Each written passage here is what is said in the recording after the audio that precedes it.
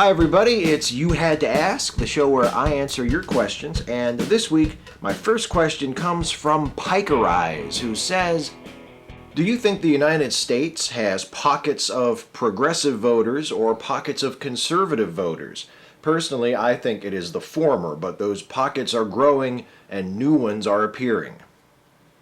I honestly think it's hard to tell. I really don't know if it's one or the other. And one of the things that makes it difficult to tell is that I think it fluctuates. If you look at different points in American history, there may have been far more progressive-minded voters than there have been at other times. Other times there may have been far more conservative voters. And it's hard to tell, I think, when you're in the moment, where you are. There are definitely a lot of very conservative people in this country. There are areas of the country that we do the red state, blue state thing to kind of divide people into categories politically. There are parts of the United States that are just deep red and are so conservative they don't look like they're going to change anytime soon.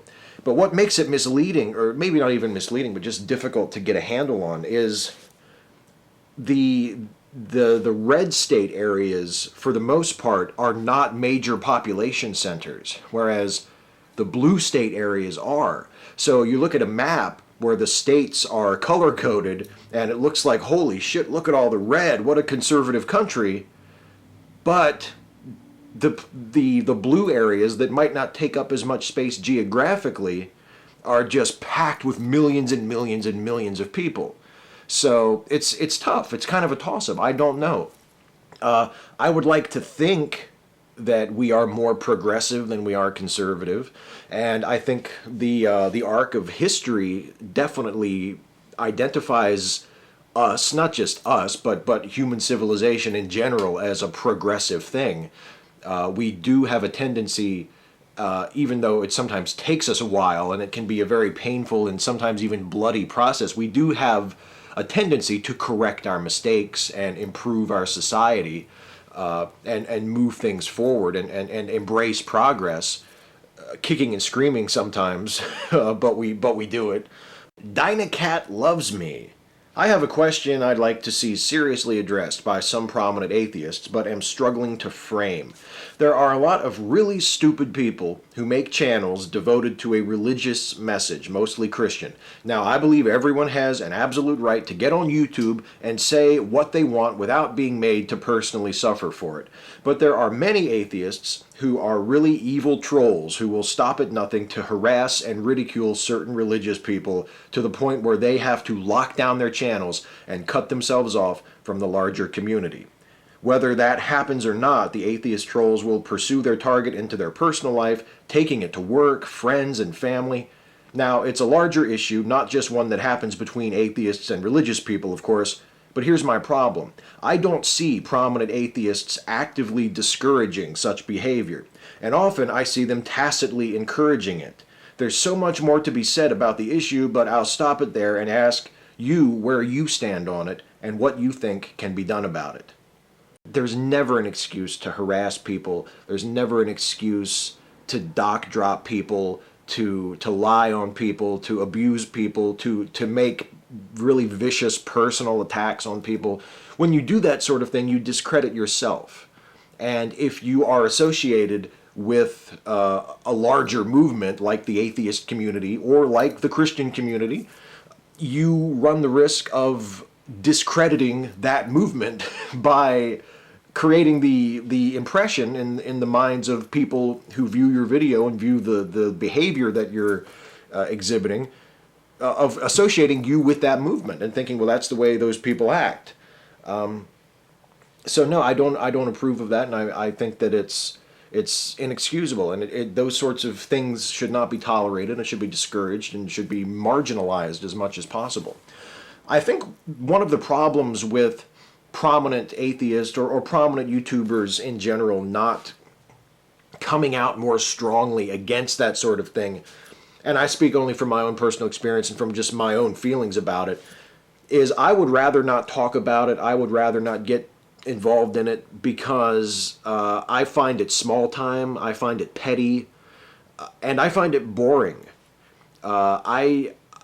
You know, I want to make YouTube videos that hopefully people will want to watch and that will reflect my personality and will reflect my thoughts and my feelings and things that I find to be important, hopefully in ways that will be useful and entertaining and engaging to an audience. I don't want to get involved in the stupid petty drama. I don't want to get involved in these schoolyard fights with one bully bullying another bully. I mean, who gives a shit? Who has time for that? When there's so much good content on the internet, there's so many people making really great YouTube videos that I could watch that would be engaging and would be entertaining and would be enlightening and would be just so much more enriching. Why do I want to watch some asshole's drama video, talking about how this guy said this and then did this and look, here's what his email said about? I mean, who gives a shit? So that's the reason why I don't really comment on that stuff very often. Even though I'm aware of it, I'm aware of Christians doing it to atheists. I'm aware of atheists doing it to Christians. I'm aware of atheists doing it to each other. And I wish that it didn't happen. And I wish that we would be above that sort of thing and that sort of thing would happen less often than it does. But there are people who seem to think that YouTube is a nice medium to sort of work out their own personal issues and make themselves feel like big men and make themselves feel like members of law enforcement or like they're upholding some sort of personal code and holding people to account and just sort of swaggering around, swinging their dicks around. And that just bores the shit out of me. And if I have given the impression that I don't condemn that sort of behavior because I don't talk about it that much, that's not the reason. The reason I don't talk about it much or don't participate in it is because it just seems boring and petty and stupid to me. Wim Sweden, could you talk a little about the dialect in your area? Any particular turns of phrase, pronunciations, etc. that are typical? A few people have taken note of my pronunciation of the word absolutely. I say the S, it sounds a lot more like a Z most of the time when I say it. As far as I can tell, that's not really like a typical feature of our dialect around here. I'm just not aware that I'm saying it that way. I wasn't even aware that it was that unusual until people started pointing it out. And they said, you're saying absolutely with a Z instead of an S. I guess most people say absolutely. I'm just not aware that I'm saying it like a Z. But I don't think that's really one. The big feature of the dialect from my area that I think most people not from around here would notice is the intrusive R in our vowel sounds. We don't say water, we say wooder, wooder. And sometimes it's not even an intrusive R. It sounds more like a double O sound, wooder, Warder, or Warder, or washroom, washer, or Washington. We live in Washington County, not Washington County. That's a big one. My dad always used to say for the past tense of know, as in the verb know, K-N-O-W, like to know something. He would say knowed instead of knew. Like instead of saying, I knew him back in high school, he would say, I knowed him back in high school. And he still says it. And I say it sometimes too, when I'm speaking casually with people, when I'm just hanging out with friends. I'm like, oh yeah, I know that was going to happen. And I don't even realize that I'm doing it. I probably have said it a few times in videos, either intentionally, like to get a laugh, or just because I was just talking extemporaneously and I just didn't realize I was saying it. And I've heard other people around here say that too. Knowed. My wife is from around here too. Can you think of any other than the? She's sitting right over here. The thing that I can think of. Do you say Baltimore? Oh, that's a great one. Baltimore. Baltimore. Yeah. Baltimore. That's a great one. Baltimore, which is not very far from here, which is in this region that we're from. A lot of people from Baltimore have what's called a Baltimore accent, and they'll pronounce Baltimore Balmer. And people around here, like in my immediate area, not necessarily from Baltimore, do it too. Balmer instead of Baltimore. Balmer. So that's a big one. That's a really good. That's a very distinctive part of the local accent. Yeah. Gregory Mitchell, are you a Springsteen fan? I noticed you quoted some pretty obscure songs. Yeah, I'm a Springsteen fan. Honey, am I a Springsteen fan? No comment. She says no comment. I'm a Springsteen fan, boy. I love me some Springsteen. I think my favorite Springsteen album is "Darkness on the Edge of Town." I think it's probably one of my favorite albums, if not my very favorite album ever, like of anything. I just love that album. I love Nebraska. I think one of my favorite Springsteen songs is Atlantic City. I think that's just an awesome song. And I've dropped little references to Springsteen songs and lyrics in throughout various videos I've done. Yeah, I'm a huge Springsteen fan. I think he's a great guitar player. He's a great writer. His lyrics are just incredible. He makes amazing songs. The E Street Band is an awesome band, and he's just a genius. He's just one of my favorite artists, you know. And from what I've seen of him and heard about him and read about him, whatever, in general, in his off-stage life, he seems like he's mostly a pretty cool dude. And he always comes across when he's on like Jimmy Fallon or some other talk show. He just seems like a really cool guy who has a great grasp on his art. He has an understanding of music, and he can talk articulately about his music and other people's music, and I really appreciate that. And yeah, I'm a huge Springsteen fan. Dylan Olmstead. Have you ever had any sort of supernatural experiences? While I'm an atheist, I used to be a Catholic, and when I was a Catholic, I went on a trip to some of the cathedrals in France. One of them, I don't remember which one as of this moment, had Mary's veil. While I now realize that there was no reason to assume that it had any sort of power, nor that there's any sort of proof that it actually belonged to somebody who may or may not have actually existed, at the time I saw it, I was struck with awe to the extent that I was compelled to fall to my knees and cry. Which I didn't quite do because I didn't want to seem like a baby around my other male classmates. I was in high school, and that desire to not be ridiculed was only just slightly stronger than my faith. Again, I was in high school. I understand now that this was most likely some kind of placebo effect, in that it was entirely based on my beliefs of the time, but it is one of those moments that I look back to when I think about the religious mindset. It makes me think of how they can perceive some great power to be overtaking them, as well as feeling some semblance of persecution over even an imagined and non-existent fear of ridicule. I suppose my actual question is twofold. Have you ever had any experiences of that sort, perhaps thinking you saw a ghost or something of the like?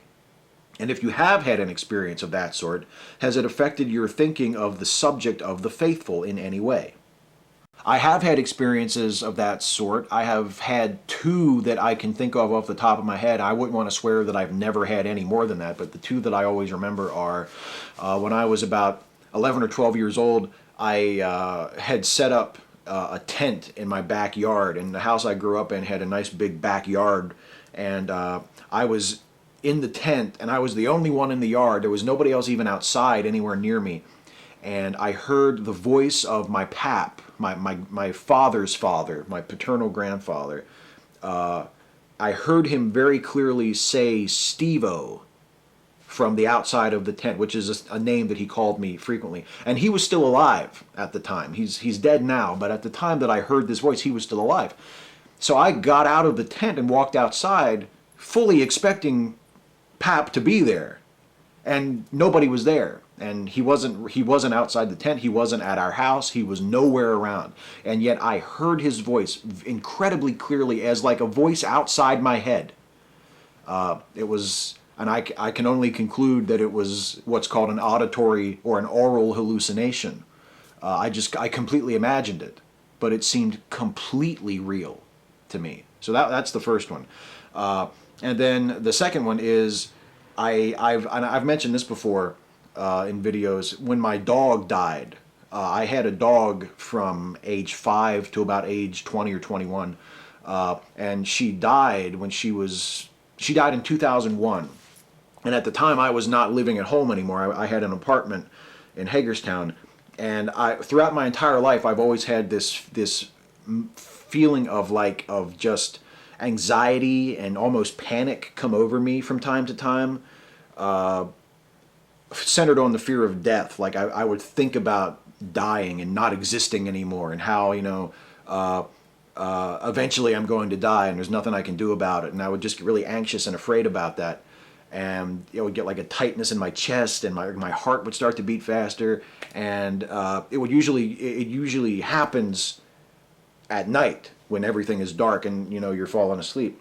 And I had this feeling one night in, I guess it was July of 2001, I got this feeling, and then all of a sudden it just went away. Like I had like a warm sensation, like a feeling of being comforted almost. And then like the panic feeling just left me. And it turns out that that morning, when I had that experience, that was the morning that my dog died. And like the next morning, my mom called me and said, Star died last night.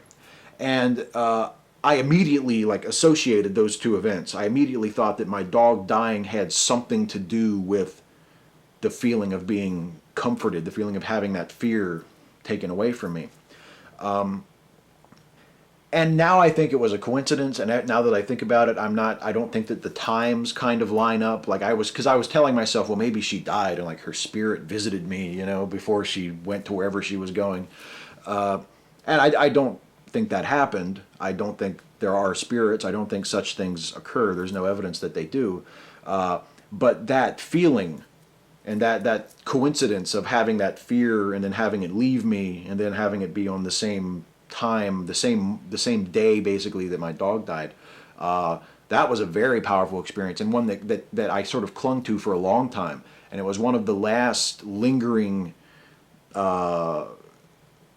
pieces of my theism or my deism or my belief in some greater supernatural thing that I eventually had to let go when I resigned myself, when I sort of faced up to the fact that stuff, that there's no reason to believe any of that stuff exists. So that was a big one. But those are the only two events I can think of off the top of my head that I would call supernatural experiences. And what they have done, thinking back on them, having had those experiences and knowing what that feels like and knowing how convincing it can be and how utterly real it can seem, it gives me an understanding of people who have religious experiences and an empathy with them and a reluctance to belittle the experience itself, even though I would very, very strongly disagree with them that the experience is anything spiritual or supernatural or anything other than something going on inside our brains. But I would not want to diminish or belittle the experience, because I've had such experiences and I can tell you they seem utterly real and very meaningful when you have them and when you reflect on them.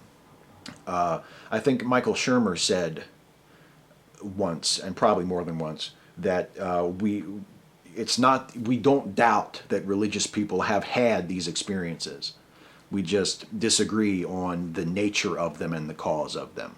That's pretty much where I come down on it.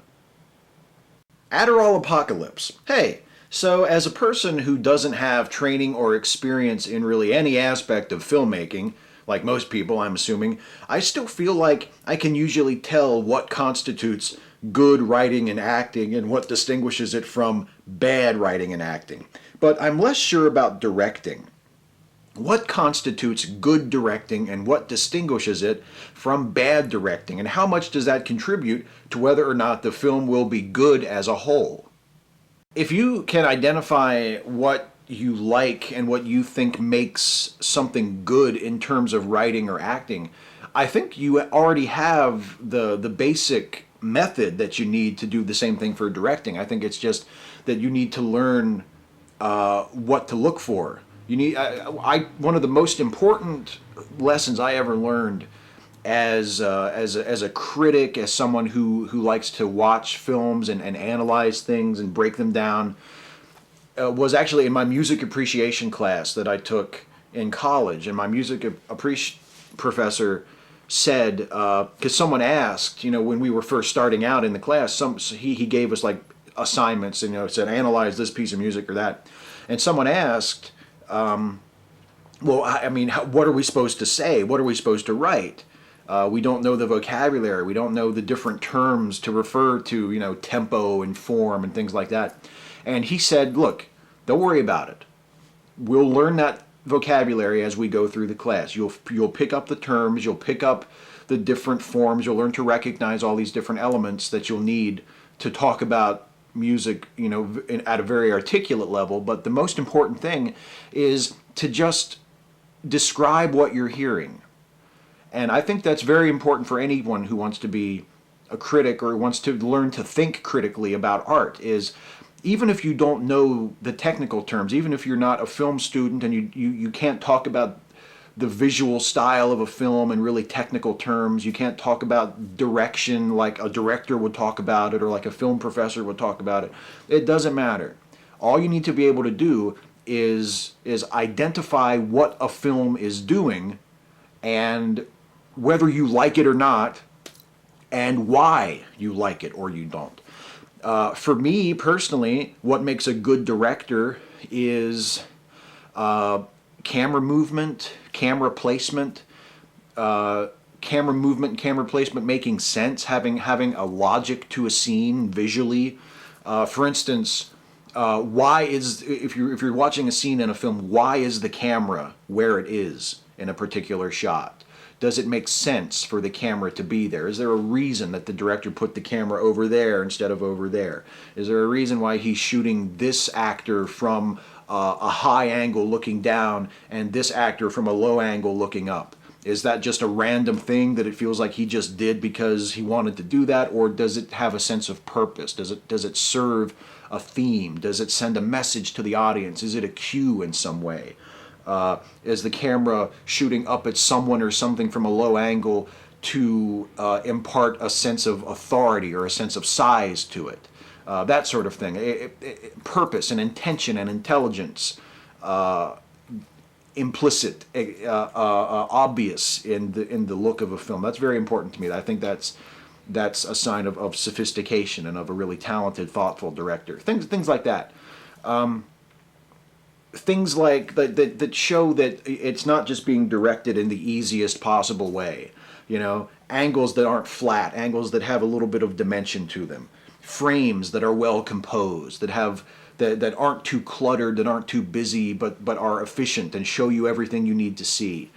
Stuff like that. That to me is what makes a well-directed film. And and if you read about it and you watch movies, you can learn, different film terms. You can learn about shot, reverse shot editing. You can learn about the 180 degree rule or crossing the line, things like that.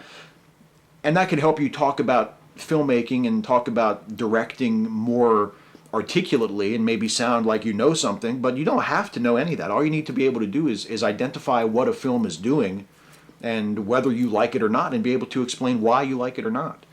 And like anything else, it's just a matter of taste. Just like if you were to talk about why you think a film is well written or why you think a film is well acted, it's just a matter of your own personal taste and learning how to identify what you like and express it.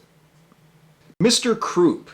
Dear Steve, when I was young, when me and my brothers stayed up past 1 a.m. or thereabouts, we used to become rather giggly and ridiculous in general. I presume it was something to do with endorphins. When I was 8 or 9 or 10, I remember saying to him, "Nars, it's Zran spelled backwards." And then we both laughed to breathlessness for 5 or 10 minutes. What is the silliest thing you can remember laughing inanely about for way too long? Also, what do you get when you fall from grace? You only get cast into perdition.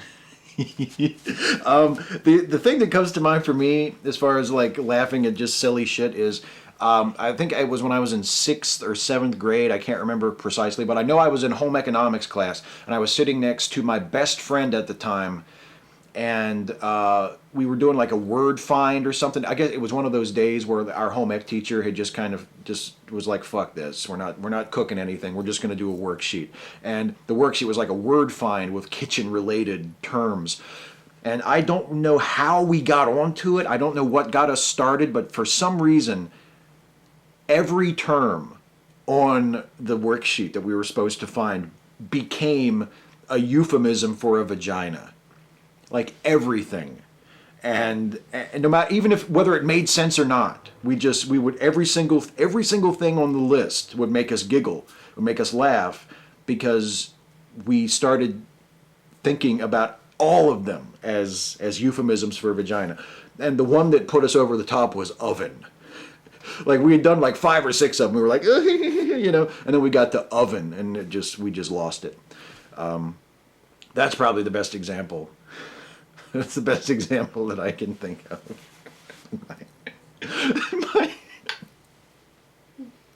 And my lovely wife is sitting right off camera, and she's just staring daggers at me.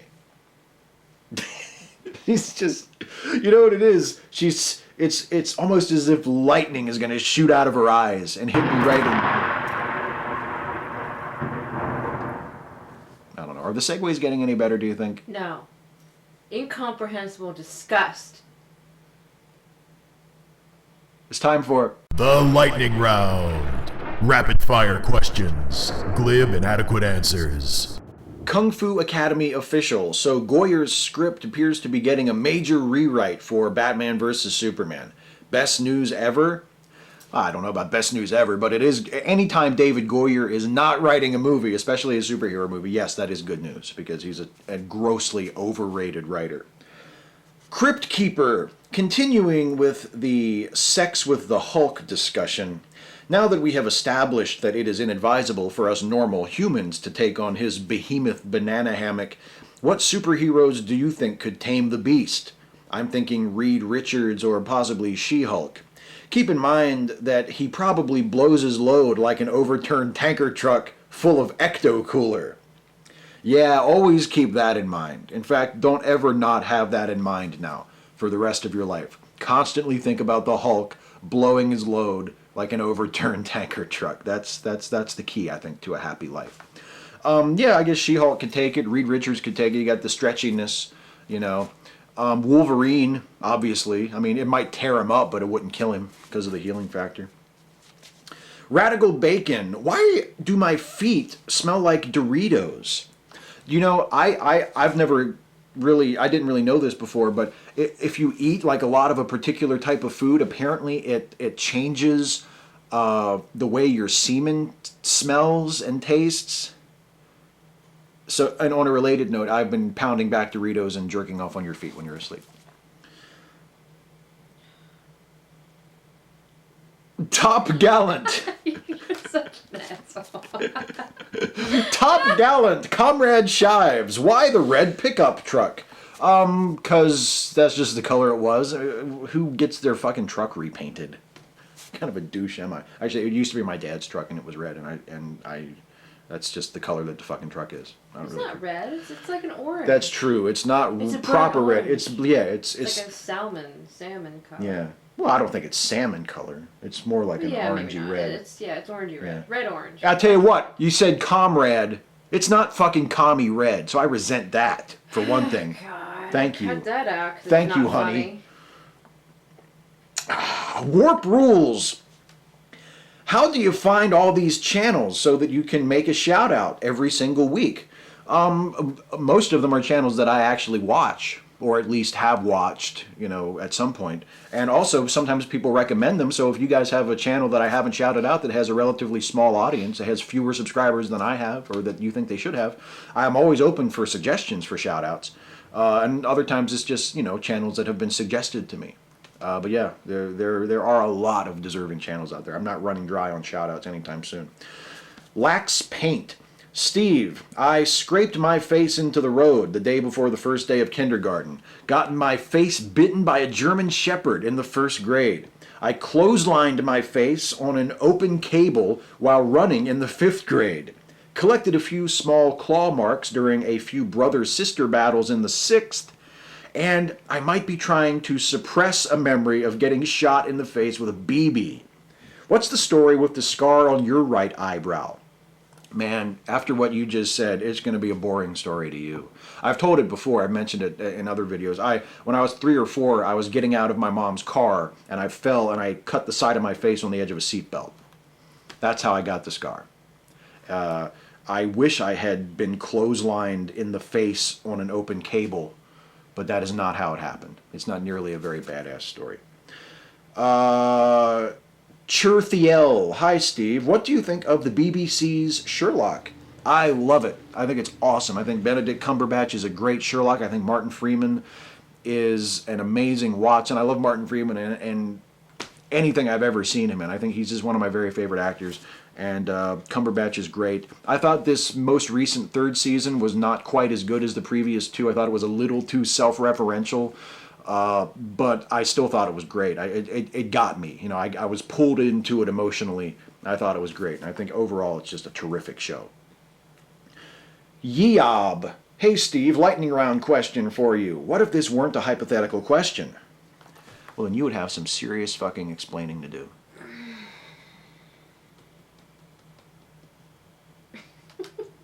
Stretching. Hey, that's it for the questions. Speaking of shout-outs, before I get out of here, I want to give a shout-out this week, as always, and the shout-out this time around goes to Sally LePage. Sally LePage makes science videos. She is a biologist, and she is just amazing. Has an awesome YouTube channel. She's a biologist at Oxford, I believe, at the University of Oxford. And the main attraction on her channel is her series called Shed Science, where she makes just terrific videos about biology and science and nature, and it's just amazing and great fun and very informative and educational. And if you've never seen any of Sally's work, any of the Shed Science videos, you absolutely owe it to yourself to check out her channel. It is awesome. She deserves your views and she deserves your subs. So go check out Sally LePage's YouTube channel. Well, that is it for this week.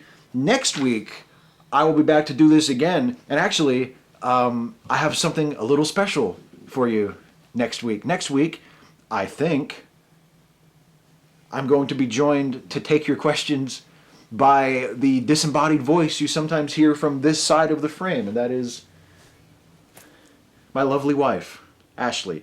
Once again, as she has done before, she's going to sit in and join me to answer some of your questions. So, so if you have a question for me, or you have a question for Ashley, or you have a question for both of us, or whatever, leave a comment on this video. Ask me or her or us anything about anything. Is this weird? Because I was told it was kind of weird, me just coming in and... You want to sit on my lap instead? No thanks. Like a stripper? Anyway, ask us anything about anything. We will answer as many of your questions as we possibly can in the next video. So until then, have a good week, and we'll see you next time. Good job. Thank you. Great job, honey. Thank you. Great show.